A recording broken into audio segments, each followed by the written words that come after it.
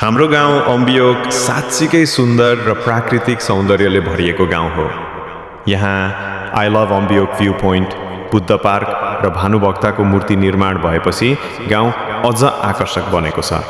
यसका लागि सम्पूर्ण अम्बियोकवासीलाई हार्दिक धन्यवाद दिन चाहन्छु। तर अब एउटा अत्यन्तै महत्त्वपूर्ण कुरा सबैको ध्यानमा पर्नै पर्छ। शिक्षा लिने बालबालिकाहरूको बाटो अझै पनि सुरक्षित छैन। गाडी कुद्ने बाटो भए पनि पुलको व्यवस्था नभएकै कारण वर्षामा खोला बग्दा नानीहरूको किताब, कपडा र सामान भिज्ने डर हुन्छ। खेल मैदान पुग्न र स्कुल जान उनीहरूलाई ठूलो कठिनाई भोग्नुपर्छ। हाम्रो खेल मैदानमा धेरै खेलकुद गतिविधिहरू भए पनि त्यहाँ बस्ने ठाउँ छैन।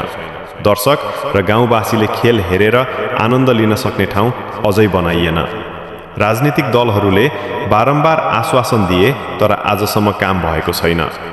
गाउँका अन्य बाटाहरू पञ्चायती कामद्वारा बनाइए पनि शिक्षा जाने बाटो अझ बढी प्राथमिकता पाउनुपर्ने होइन र?